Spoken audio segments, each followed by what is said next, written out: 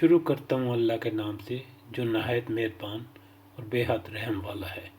انسان کو اللہ تعالیٰ نے اپنے دونوں ہاتھوں سے بنایا۔ القرآن۔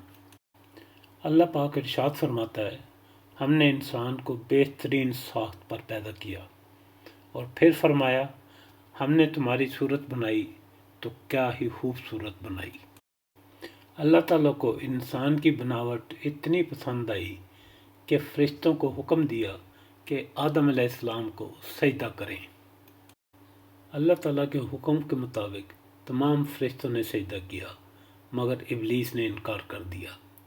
اللہ تعالیٰ نے فرمایا، ابلیس تجھے کس چیز نے اس کو سجدہ کرنے سے منع کیا جسے میں نے اپنے دونوں ہاتھوں سے بنایا ہے؟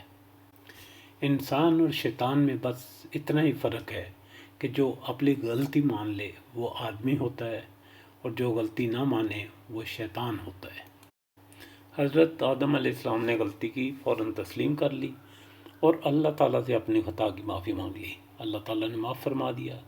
جو گناہ کر کے توبہ کر لیتے ہیں وہ اللہ تعالیٰ کو بہت پسند ہے۔ جو اپنی غلطی کو مان لے وہ آدمی ہوتا ہے، جو اصرار نہ کرے وہ آدمی ہوتا ہے۔ اصل مسئلہ ہے آدمی بننا۔ آدمی کی نسبت حضرت آدم علیہ السلام سے ہے، یعنی غلطی کر کے فوراً معافی مانگنے اور رجوع کرنے والا آدمی ہوتا ہے۔ اللہ تعالیٰ نے انسان اور جن کو بھلائی اور برائی دونوں کا مادہ دے دیا ہے۔ ان کو حواس اور ذہن کی قوتیں دے کر ایک الہام کے ذریعے ان کے لاشعور میں نیکی اور بدی اور خیر و شر کا احساس اتار دیا ہے، اور اختیار دے دیا کہ اپنی مرضی سے، اپنی چوائس سے اللہ تعالیٰ کی بندگی کریں یا نہ کریں۔ اسی لیے انسان فرشتوں سے افضل ہو جاتا ہے۔ چوائس وہ دولت ہے جو فرشتوں کے پاس بھی نہیں ہے۔ شیطان نے سجدہ نہ کر کے غلطی کی اور اپنی غلطی کے لیے جواز پیش کرنا شروع کر دیے کہ میں اس سے بہتر ہوں، آپ نے مجھے آگ سے پیدا کیا ہے، اس کو مٹی سے۔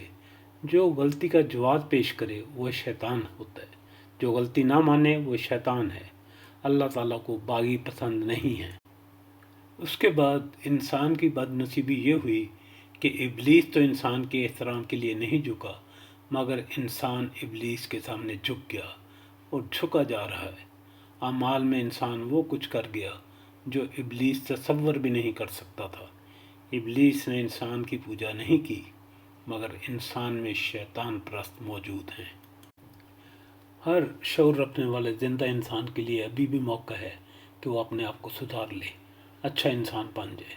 اچھا انسان کیسے بنتا ہے؟ ایک نے برا سلوک کیا، دوسرے نے اچھا۔ برائی کرنے والا برا اور اچھا سلوک کرنے والا اچھا بن گیا۔ انسان ہی عقل مند اور نیک انسان بنتا ہے۔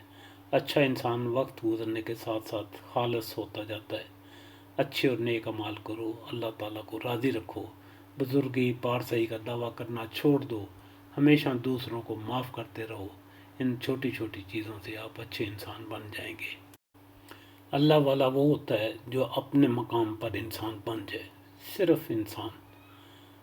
دعا ہے کہ اللہ تعالیٰ ہمیں دوسروں سے اچھا سلوک کرنے والا انسان بننے کی سمجھ اور توفیق عطا فرمائے۔ آمین ثم آمین۔